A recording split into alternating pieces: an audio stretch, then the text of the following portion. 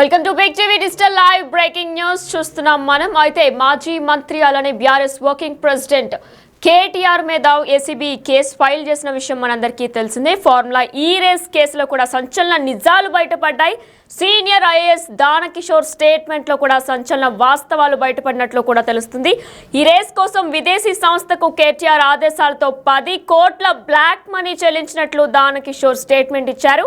అయితే తన పరిధిలో ఉన్న హెచ్ఎండిఏ ద్వారా ఎఫ్ఈఓ సంస్థకు డబ్బులు బదిలీ చేసినట్లు కూడా వెల్లడించారు. ఇదే అంశంపై మరింత సమాచారం అందించడానికి మా ప్రతినిధి రానా లైవ్ లో ఉన్నారు.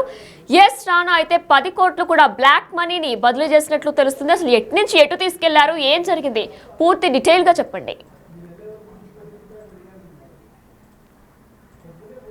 సంబంధించిన విషయంలో ఏసీబీ దూకుడు పెంచింది. ఈ కేసులో ఇప్పటికే చాలా కీలకమైనటువంటి స్టేట్మెంట్ని నిన్న రికార్డు చేసినటువంటి నేపథ్యం ఏర్పడుతుంది. హెచ్ఎండిఏ దానకిషోర్ని నిన్న 7 గంటల పాటు కూడా వారు స్టేట్మెంట్ రికార్డు చేశారు. అనేకమైనటువంటి డాక్యుమెంట్స్ అంతా కూడా నిన్న దానకిషోర్ ఏసీబీ అధికారుల వద్ద తీసుకొని వచ్చి మొత్తం ఆయన వివరించారు. ముఖ్యంగా హెచ్ఎండిఏ నుంచి నిధులు 55 కోట్ల రూపాయల వరకు కూడా ట్రాన్స్ఫర్ అయ్యి దాంట్లో 10 కోట్ల రూపాయలు నల్లధనం, అంటే వీళ్ళు ఏ విధంగా ఆర్బీఐ గైడ్ లైన్స్ ప్రకారం ఆర్బీఐ పర్మిషన్ లేకుండా విదేశీ కంపెనీకి 10 కోట్ల రూపాయలు బ్లాక్ మనీ ఇవ్వడం ఏంటనేది కూడా ఇప్పుడు ఏసీబీ అధికారులు దీనిపైన ప్రత్యేకమైనటువంటి దృష్టి కూడా పెట్టారు. గతంలో ఆర్బీఐ కూడా దీనిపైన ఫైన్ కూడా వేసినటువంటి నేపథ్యం అయితే కనపడుతుంది. ఎందుకంటే ఇదే కేసులో మాజీ మంత్రి కేటీఆర్ తన సొంతంగానే ఈ యొక్క 55 కోట్ల రూపాయలు ట్రాన్స్ఫర్ చేయండి అనేసి కూడా ఆయన ఆదేశాలు ఇవ్వడము, తర్వాత హెచ్ఎండిఏ కమిషనర్గా ఉన్నటువంటి అరవింద్ కుమార్ దాన్ని ట్రాన్స్ఫర్ చేయడము, ఇవన్నీ కూడా చకచక జరిగిపోయాయి. అయితే ఈ 55 కోట్ల రూపాయలకు సంబంధించిన విషయంలో అప్పుడు ఎలక్షన్ కోడ్ ఉన్నప్పుడు కూడా వీళ్ళు ఎటువంటి పర్మిషన్ లేకుండా ఇటు ఆర్థిక శాఖ నుంచి కానీ ఇటు మంత్రిత్వ శాఖ నుంచి కానీ కనీసం మంత్రి సబ్ కమిటీ ఏదైతే ఉందో దానికి కూడా ఇన్ఫర్మేషన్ లేకుండా ఏకపక్షంగా మంత్రికి ఉన్నటువంటి పరిమితులు కానీ అవన్నీ కూడా చూసుకోకుండా వీరు ఆదేశాలు ఇవ్వడము, వారు పాటించడము, అవి చకచక ప్రభుత్వ ఖజానా నుంచి 50 కోట్ల రూపాయల వరకు కూడా పక్కదారం మరడు. దీనిపైన ఇప్పుడు ఏసీకి ఫుల్ ఫోకస్ పెట్టినటువంటి నేపథ్యం అయితే కనపడుతుంది. దాంతోపాటు తన పరిధిలో ఉన్నటువంటి హెచ్ఎండిఏ ద్వారా ఎఫ్ఈఓకి డబ్బులు బదిలీ చేసినట్లు కూడా నిన్న దానకిషోర్ చాలా క్లియర్గా కూడా ఏసీబీ అధికారులకి చెప్పినటువంటి నేపథ్యం అయితే కనపడుతుంది. దానికి సంబంధించిన కీలకమైనటువంటి డాక్యుమెంట్లు కూడా ఆయన తీసుకొచ్చారు. కాబట్టి ఆ డాక్యుమెంట్లు అన్నీ కూడా ఏసీబీ అధికారులు స్వాధీనం చేసుకున్నారు. వారు ఇప్పుడు ప్రస్తుతం పరిశీలిస్తున్నటువంటి నేపథ్యం అయితే కనపడుతుంది. దాంతోపాటు ఇప్పటి వరకు కూడా మనం అనేక ఇటు పొలిటికల్ స్టేట్మెంట్లు కూడా చూస్తాం. ఎందుకంటే కేటీఆర్ మొన్న ప్రెస్ మీట్ పెట్టినప్పుడు కూడా ఒక అంశాన్ని లేవనెత్తాడు. నేను ఎక్కడా కూడా తప్పు చేయలేదు, ప్రభుత్వానికి లాభం చేకూర్చే విధంగానే నేను యొక్క నిర్ణయం తీసుకున్నానని ఆయన చెప్పారు. కాకపోతే ఎవరికి ఏ సంబంధం లేకుండా, ఎటువంటి ఇంటిమేషన్ లేకుండా, ఎవరు పర్మిషన్ కనీసం మేము ఇట్లా డబ్బులు ట్రాన్స్ఫర్ చేశారని ఎవరికి కనీసం ఎలక్షన్ కమిషన్ కూడా ఇంటిమేషన్ ఇవ్వలేదు. సో ఇది ఎలా చేస్తారు? ఒక 55 కోట్ల రూపాయలు అంటే మామూలు విషయం కాదు. ఎందుకంటే కంపల్సరీ కూడా మంత్రి మండలిలో మస్ట్ అండ్ షుడ్గా దానిపైన చర్చ జరగాల్సినటువంటి అవసరం ఉంది. వాళ్ళ అప్రూవల్ కూడా తీసుకోవాల్సిన అవసరం ఉంది. ముఖ్యమంత్రి దృష్టికి కూడా ఇది తీసుకోవాల్సిన అవసరం ఉంది. కానీ ఇవేమి చేయకుండా ఇష్టారీతిగా వీళ్ళు ఆయన ఆదేశాలు ఇవ్వడము, ఆయన వెంటనే దాన్ని ట్రాన్స్ఫర్ చేసేయడం, ఇవన్నీ చేస్తారు. కాబట్టి ఈ 10 కోట్ల రూపాయలకు సంబంధించిన విషయంలో వీళ్ళు ఎలా డ్రా చేసుకున్నారు, ఏ రూపంలో వీళ్ళు పంపించారు అన్న దానిపై కూడా ఇప్పుడు ఇన్వెస్టిగేషన్ జరుగుతుంది.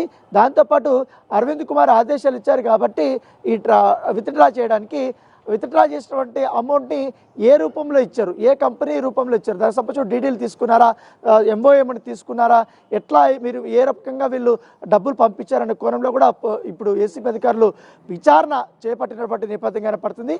ఖచ్చితంగా రేపటి నుంచి ఇదే కేసులో ఏసీబీ అధికారులు కేటీఆర్కి నోటీసులు ఇవ్వడానికి రంగం సిద్ధం చేశారు. అరవింద్ కుమార్కి నోటీసులు ఇవ్వడానికి రంగం సిద్ధం చేసినటువంటి నేపథ్యం అయితే కనపడుతుంది. సో ఈ నోటీసులు ఇచ్చిన తర్వాత వారు విచారణకు పిలిచిన తర్వాత వీరి దగ్గర ఉన్నటువంటి ఎవిడెన్స్లన్నీ తీసుకొని వారి ముందు పెట్టి క్వశ్చన్ చేసే అవకాశం ఉంది. క్వశ్చన్ చేసిన తర్వాత అరెస్టుల పరంపర అనేది స్టార్ట్ కాబోతున్నట్టుగా మనకు సమాచారం అవుతుంది. ఇప్పటికే ఇదే కేసులో ఈడీ అధికారులు కూడా ఎంటర్ అయ్యారు. ఈడీ అధికారులు కూడా పూర్తిస్థాయిలో కూడా దర్యాప్తు చేస్తున్నారు. ఇట్లా హవాలా మనీలాగా ఏదైతే 10 కోట్ల రూపాయలు సంబంధించి నల్లధనాన్ని వీరు ఏ రకంగా కూడా నగదు రూపంలో ఇచ్చారన్న దానిపై కూడా ఇప్పటికే దీని వెనకాల పెద్ద ఎత్తున కూడా మనీ లాండరింగ్ జరిగిందనేది కూడా వారు కూడా ప్రాథమికంగా నిర్ధారణ చేసుకున్నారు. కాబట్టి వాళ్ళు కూడా కేసు నమోదు చేసుకున్నారు. పూర్తి స్థాయిలో దర్యాప్తు చేస్తున్నారు. ఇప్పుడు ఏసీబీ అధికారులు ఏ రకంగా అయితే దానకిషోర్ స్టేట్మెంట్ రికార్డ్ చేశారో మరి ఈడీ అధికారులు కూడా దానకిషోర్ని పిలిపించుకొని ఆయన దగ్గర కూడా స్టేట్మెంట్ రికార్డ్ చేసుకుంటారు. వాళ్ళ దగ్గర ఉన్నటువంటి డాక్యుమెంటేషన్ కూడా తీసుకోబోతున్నట్టుగా మనకు సమాచారం అవుతుంది. ఓ పక్క ఏసీబీ, మరో పక్క ఈడీ. సో రెండు ఏజెన్సీలు కూడా ఇప్పుడు కేటీఆర్కి, అరవింద్ కుమార్కి నోటీసులు ఇచ్చి వారి విచారణకి పిలువబోతున్నట్టుగా మనకు సమాచారం అందుతుంది. అయితే రానా, మరి ఎఫ్ఈఓ సంస్థకి 10 కోట్ల బ్లాక్ మనీని కూడా బదిలీ చేసినట్లు తెలుస్తుంది. మరి ఎఫ్ఈఓ సంస్థని కూడా విచారణకు పిలిచే అవకాశాలు ఏమైనా ఉన్నాయా? ఖచ్చితంగా, ఎందుకంటే వీరు ఇటు బ్యాంకు నుంచి కూడా 10 కోట్ల రూపాయలు వీళ్ళు విత్డ్రాల్ చేశారు కాబట్టి ఏ పర్పస్ మీద చేశారో కూడా వాళ్ళు అక్కడ చెప్పి ఉంటారు. సో ఆ పర్పస్ కూడా చెప్పలేదు. దాంతోపాటు రికార్డుల్లో కూడా వీళ్ళు 10 కోట్ల రూపాయలు డ్రా చేసాం, మేము ఇట్లా పంపిస్తున్నాం అనేసి కూడా ఎవరికి పంపిస్తున్నారు, ఏ అకౌంట్ పంపిస్తున్నారు కూడా ప్రాపర్ రికార్డు కూడా దాంట్లో లేదనేసి కూడా నిన్న దానకిషోర్ చెప్పినటువంటి నేపథ్యం కాబట్టి ఇంటర్నల్ ఎంక్వైరీ కూడా నడుస్తుంది. అలాగే ఇప్పుడు ఏసీబీ అధికారులకు ఈ యొక్క మొత్తం డీటెయిల్స్ ఇచ్చారు కాబట్టి ఏ అకౌంట్కి వెళ్ళింది, దాన్ని ఏ రూపంలో వెళ్ళారు, ఎలా ట్రాన్స్ఫర్ చేశారు, దానికి ఏమైనా పరిమితులు ఉన్నాయా, ఎవరి దగ్గర పర్మిషన్ తీసుకున్నారా, అప్పుడు అరవింద్ కుమార్ యొక్క పర్మిషన్ ఇచ్చారా, దానికి సంబంధించిన లెటర్ ఉందా, అన్ని కొనల్లో పూర్తిగా ఇప్పుడు ఏసీబీ అధికారులు విచారణ చేపట్టారు కాబట్టి రేపటి నుంచి ఈ యొక్క మొత్తం ఎంటైర్ ఈ స్కామ్ని బయటపెట్టే పనిలో కూడా ఏసీబీ అధికారులు ఉన్నారు కాబట్టి ఇంకా చాలామంది అధికారులు కూడా ఉన్నారు. ఆ అధికారులను కూడా వారిని ప్రశ్నించాల్సిన అవసరం ఉంది. వారి నుంచి కూడా స్టేట్మెంట్ రికార్డ్ చేయాల్సి ఉంది. మరొక కొన్ని డాక్యుమెంట్స్ కూడా దానకిషోర్ని అడిగినట్టుగా ఏసీబీ అధికారులు చెప్తున్నారు. అవి కూడా వస్తే పూర్తిగా వీళ్ళకి నోటీసులు ఇచ్చి ఈ 10 కోట్ల రూపాయలు అలాగే అదొక 40 కోట్ల రూపాయలు దానికి సంబంధించిన అంశంలో ఏంటనేది కూడా పూర్తిగా వివరాలు అయితే సేకరించబోతున్నారు. టీవీ డిజిటల్ లైవ్ లో మనం చూస్తున్నాం ఫార్ములా ఈ కార్ రేస్ లో కూడా కీలక పరిణామం చోటు చేసుకుంది. మున్సిపల్ శాఖ ప్రిన్సిపల్ సెక్రటరీ దానకిషోర్ స్టేట్మెంట్ ను ఏసీబీ రికార్డు చేసింది. దీని ఆధారంగా ఏసీబీ విచారణ ప్రారంభించనుంది. అయితే కేటీఆర్ ఐఏఎస్ అధికారి అరవింద్ కుమార్ కి కూడా మరొకసారి నోటీసులు జారీ చేసే అవకాశం ఉన్నట్లు తెలుస్తుంది.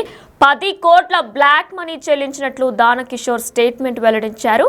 తన పరిధిలో ఉన్న హెచ్ఎండిఏ ద్వారా ఎఫ్ఈఓ సంస్థకు ఈ 10 కోట్ల బ్లాక్ మనీని కూడా బదిలీ చేసినట్లు కూడా వెల్లడించారు. అయితే మరికొన్ని రోజుల్లో కేటీఆర్ అలానే అరవింద్ కుమార్ కి కూడా ఏసీబీ నోటీసులు జారీ చేసే అవకాశం ఉన్నట్లు కూడా తెలుస్తుంది.